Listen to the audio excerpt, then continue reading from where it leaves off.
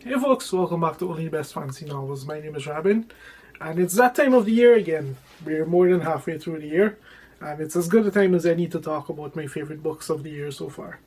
So as usual, this is the first of two videos I usually do, and this one in particular only covers standalones and new releases that I've read this year. So without further ado, at number 10, I have Vaishnavi Patel's 10 Incarnations of Rebellion. And this is just an absolutely marvelous story from an author I've come to really enjoy. This is her third release now. And in this story, she gives us a tale of rebellion against the British Empire. But the way the twist comes is that this is an alternate history, a fantastical version of an India that never was. And it basically imagines what British India would be like if it never gained independence after World War One. I think that's when it gained independence, sometime around then. I don't know. I'm not from India, so feel free to correct me on the salient facts. Anyway, so this is her version of what happened if the British maintained control, and what we get is to begin with, a story that is framed in a way I really enjoy.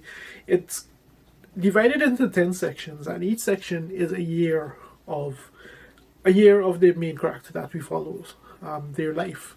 Not just an entire year, but a specific moment in that year, a very crucial moment in that year that nevertheless allows us to form a complete story by the end. And this moment that we see, there's a theme or a moral or a concept or something baked into it that ties into a story that closes off that particular section. And that story, each story at the end of each section, relates to one of the 10 incarnations of the Hindu god Vishnu, which is one of the major Hindu deities.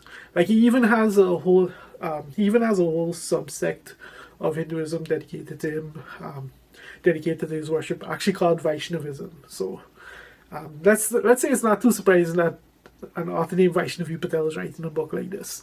Anyway, so it's structured in a really meta way, and the story itself is extremely compelling. We get the story of Kalki Devakar, who is a young Indian woman who grows up deeply discontent with the way that her life has progressed. And it all stems from the way that the British have essentially dominated and denigrated Indians, all the while pretending that they're uplifting them in some way, shape, and form. We do capture this society at a moment in time where the British have started to be a little lenient when it comes to the capacities in which they will allow Indian nationals to serve. So because of that, like, it's not a clear-cut situation of black and white, good versus evil, that kind of thing. We have all sorts of shades of grey, which is one of the things that Vaishnavi Patel has incorporated into her writing from day one. Like her previous two books have incorporated that, and in this one she gives us the most complex take on it yet. And this story, as it progresses, it just goes through so many different emotions and looks at colonialism and this entire situation from such a fascinating light, from so many different angles. And it's just it's a really engaging story from start to finish. And at the same time, it does so much. It delves into so many different topics and concepts and ideas. Like there's no possible way you could really summarize this book in a few minutes, which is what I'm trying to do. It's just a really brilliant read, and it's very unlike her previous two books, which are just straight up mythological retellings. Like this one, I feel like this is her best book yet, easily. And this one made me truly excited to see what she has in the future for us. Whereas before she was just an author that I knew I would read pretty much anything she wrote. Now I'm genuinely excited to see what she has in store for us. But yeah, that's my number 10 pick. At number 9, I have Christopher Moore's Anima Rising. This is my first taste of Christopher Moore, and holy crap, this guy. I knew he was an author I had to try because of the comparisons to Terry Pratchett, and it's absolutely there. He put with Anima Rising, he put together a really engaging, fantastical story of of what happens when Frankenstein's bride encounters none other than Gustav Klimt one lonely night. And just the mystery that unfolds as a result of that, because she comes to them at a time when she has amnesia, and there's all sorts of mystery surrounding her, and not just her, but people who start to appear, who seem to be looking for her. And this is just a really madcap story, one that draws heavily on history, and at the same time, Christopher Moore does some creative things whilst adhering to the restraints that he's within. And his writing is just spectacular. Like, his writing is off the chain. There's some extremely hilarious moments in this book, and it's the book that made me decide I have to read everything Christopher Moore has written now. Like, absolutely. So that's my number 9 pick. At number 8, I have Guy Gavriel Kay's latest, Written on the Dark. So this is a really engaging novel from Guy Gavriel Kay. Like, the guy can't miss. The guy is simply incapable of missing. And in this story, we follow a poet who becomes embroiled in in an attempt to avoid civil war when a cold-blooded murder happens practically on his doorstep. And this takes place in a fantastical version of medieval France, and we have a tavern poet as a main character. So where GGK's prose is normally really good and really lyrical, and so in this one I kind of felt like he almost took it up a step because of the fact that his main character is a poet. In addition to that, the story itself is just really engaging. Like all of his stories, it has just some incredible character work, a really engaging story of someone who is witness to big events on the periphery and has a small influence in them that changes their lives, that has drastic implications, that kind of thing. Even though I have this book as like my 8th favorite book of the year, I do have this at roughly mid-tier by his standard, because it's a really good book. It's a really engaging book, but it didn't quite sweep me away as another book that's going to be on this list. Yes, I have 2 GGK books on this list. Deal with it. Anyway, this particular book, like the themes that he delves into, he doesn't. It kind of seemed like he didn't dive into one specific topic, as some of his most potent books tend to do. In this one, he kind of draws a lot on the things that he likes to talk about: exile and having a home of one's own, and love and family, and just these kind of things. And he gets up to some interesting things in here overall. It's just a really engaging book. Like, it was just a joy reading it as usual. Even though it doesn't shine as bright as some of his other books, it's still a really good book. Like, make no mistake about that. Guy Gavriel Kay at his worst is way more enjoyable than quite a few authors I've read. Anyway, that's my number 8 pick. At number 7, I have Amal el-Mohtar's The River Has Roots. And this is a fantasy novella about 2 sisters who get embroiled in the fairy realm. And this book is both a homage to and a poke of fun at the entire fairy, like the fairy story in general. It draws heavily on one of my favorite books of all time, Hope Merely is Not in the Mist, just in the way that it's structured and how it plays out, and the fun that the book tends to have over the course of that. And I also picked up influences of Christina Rossetti's The Goblin Market, just in the structure of the book and how it plays out, that kind of thing. It is very much a fairy story, but it's one where the danger's flipped, and the danger doesn't necessarily come from fairy. It comes from a source much more close to home. And Amal's writing in general is just brilliant, and it was just engaging. Like, I started reading this and I was just sucked in, and I ended up reading it all through in one sitting. Yes, it's a novella, but still, I ended up, like, I was so engaged that I couldn't put this down. I ended up loving this, and after I read it, then I found out that the audiobook is an even better experience, supposedly, because this book does also, like, in addition to doing all of that, and delving into some interesting takes on fairy, this book also incorporates murder ballads, which is a whole different topic, and the ballads are actually sung in the audiobook. And I believe that the audiobook is narrated by Amal and her sister, given the main two of the major characters in this book are sisters. Like it's needless to say, I did the ebook, and I personally prefer ebooks, but this is one of those cases where the audiobook would probably be a better experience. So if you're interested in picking this one up, try the audiobook. But anyway, that's my number 7. Number 6, I have Daryl Gregory's Pandemonium. And Daryl Gregory is an author I've been meaning to get back to for quite a while. I've loved everything ever I've read by this guy. Pandemonium is no different. Pandemonium is his debut novel, and it's set in roughly the 1950s. And it imagines a world where demons are real. And not just real, but incorporated into society. So when there's demonic activity, like there's like companies have protocols in place on how to react to it and these kind of things. And the book itself is like just a deconstruction of like the whole demonic horror subgenre, you can say, in that it examines demonic possession from so many different angles. It examines it from the physiological, the psychological, the neurological, the scientific, the mystical, the religious. It goes to some really weird places. Like in addition to all of that, the core story that we follow is about a man who was previously possessed by a demon, and once you're free of them, supposedly you're basically free. But now he begins to suspect that he's possessed again, and he begins to lose control of his life. So that's the core of the story that you follow, and what ends up unfolding is this really madcap, almost like a fever dream of an adventure as he goes off trying to figure out what's going on with him and all of that.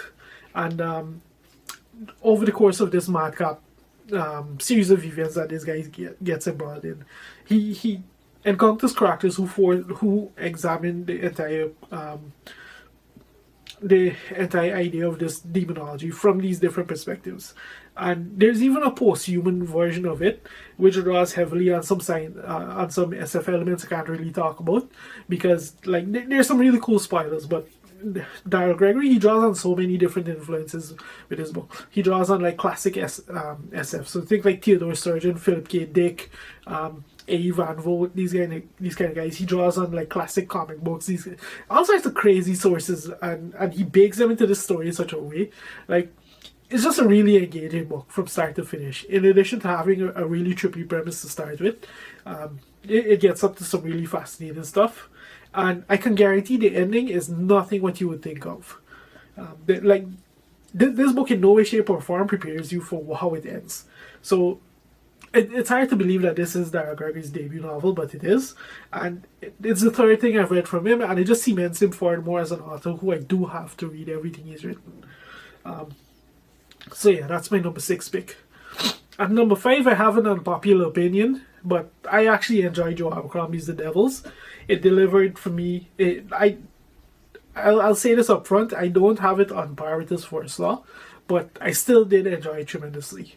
Like, I don't think I need to introduce this book, but the basic idea is Joe Abercrombie's version of a Suicide Squad set in a fantastical alternate version of history, roughly around the time of the schism between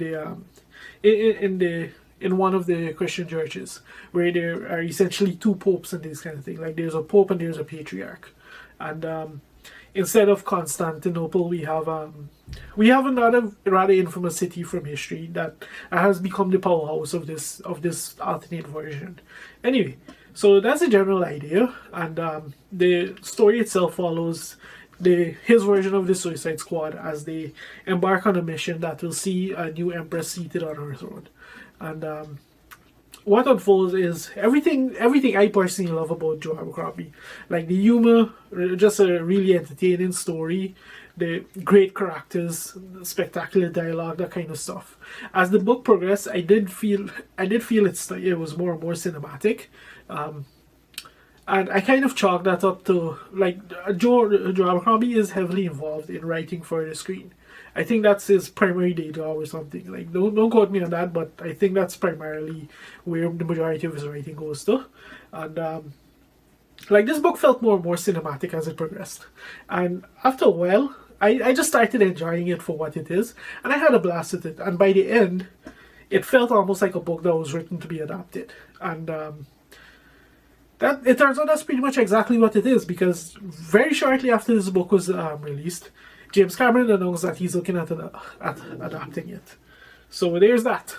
Either way, like I said, unpopular opinion, I think I'm one of like maybe 4 people on the internet who admits that they enjoy this book.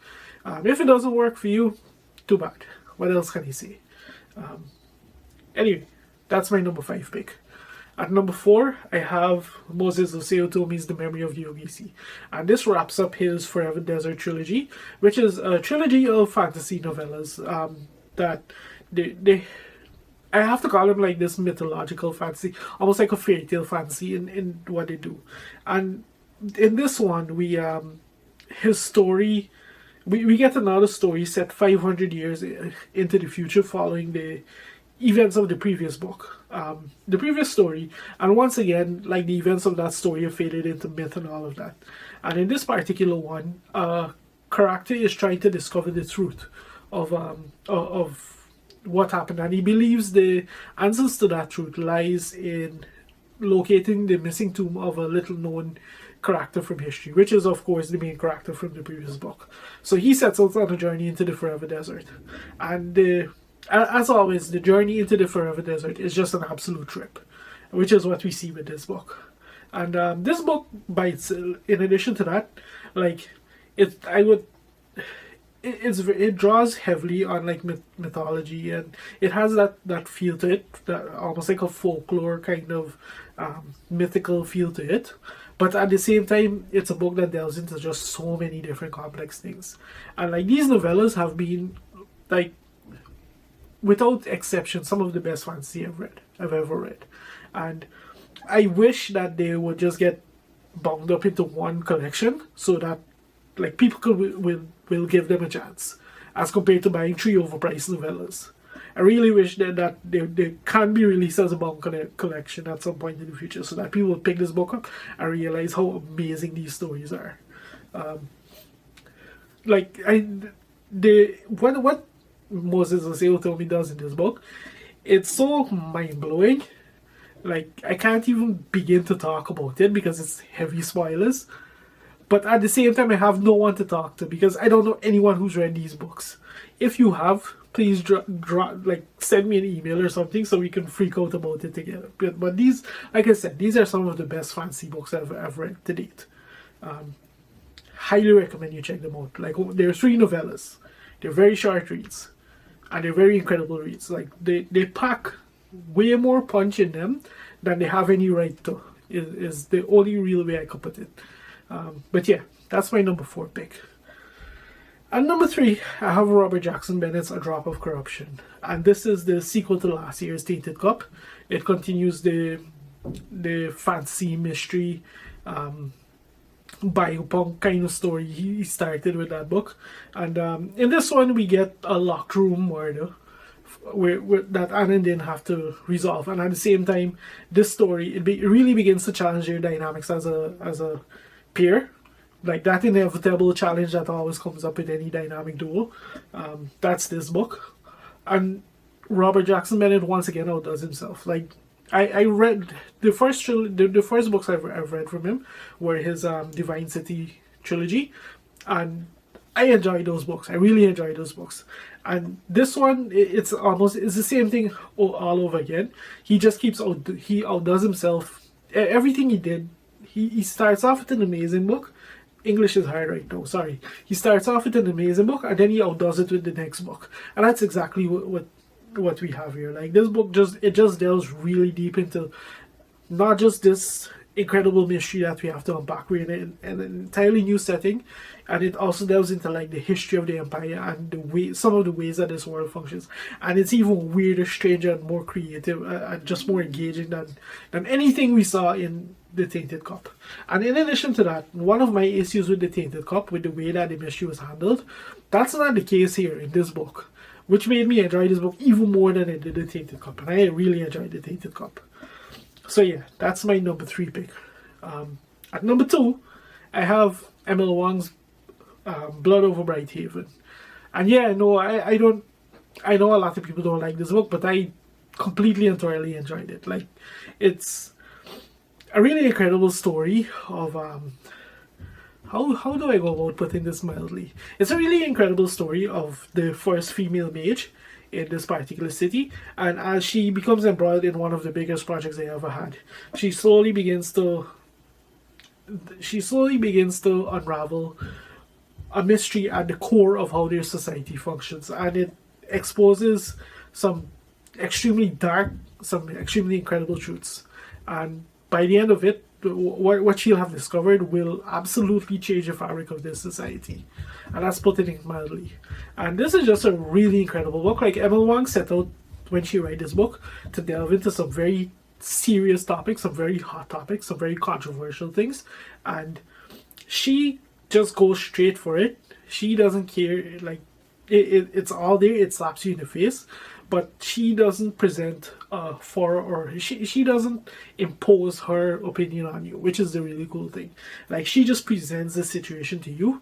We get to decide. We get to inject our own morality on the story and decide if what we read is, if we agree with what we read or if we don't. Like, she doesn't say this is the right way, this is the wrong way. She says this is the situation. You decide. You draw on your own personal morality. And she, like I said, she does this for just a really wide range of topics. Like, there's racism. I'm not even going to touch it actually, because if I start that list, like, that list can go on and on. It's a really incredible book.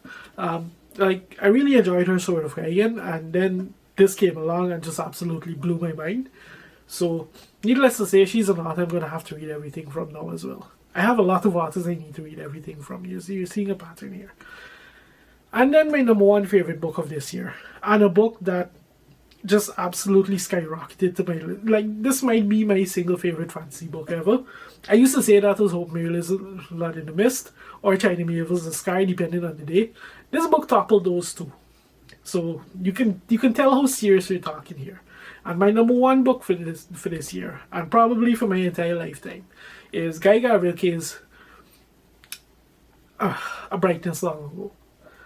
Now, this is a very interesting GGK book, because in this book we follow a guy who essentially gets tangled up with two warlords who they're like the premier warlords of the city-states, and if a city-state decides it needs to go to war against another and they hire one, the other warlord inevitably gets hired. And these two men have formed they've crossed that line that enemies have, where you can't really tell anymore if they're enemies or friends. They've certainly crossed that line, and this is just their story and the way it plays out, and the incredible dynamics surrounding them. And of course we have the main character, who, interestingly enough, becomes one of GGK's most recurring characters. He appears in two other books by GGK. And where A Brightness Long Ago is interesting is that it's very much a standalone.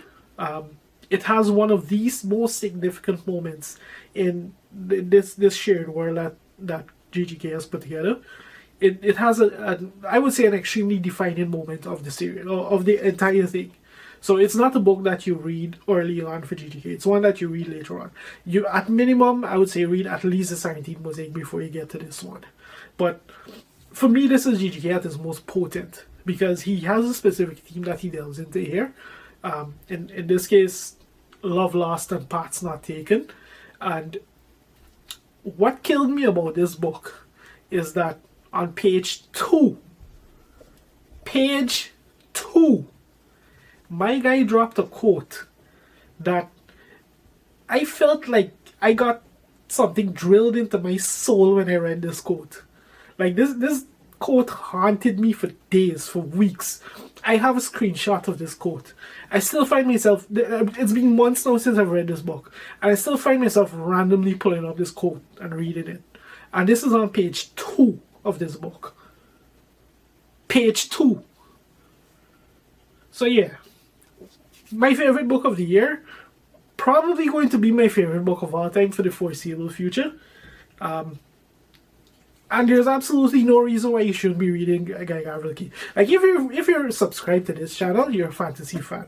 And if you, as a fantasy fan, haven't tried GTK as yet, I don't know what to say to you. I genuinely don't. I'm flabbergasted. Anyway, that's my list of 10, my 10 best books of 2025 so far. If you've read any of these, drop a comment. If you have any thoughts on it, like whatever, just drop a comment. It's there. Yeah. I think that's pretty much all I have to say for now. If you've made it this far into the video, thank you very much for watching. I'll see you next time.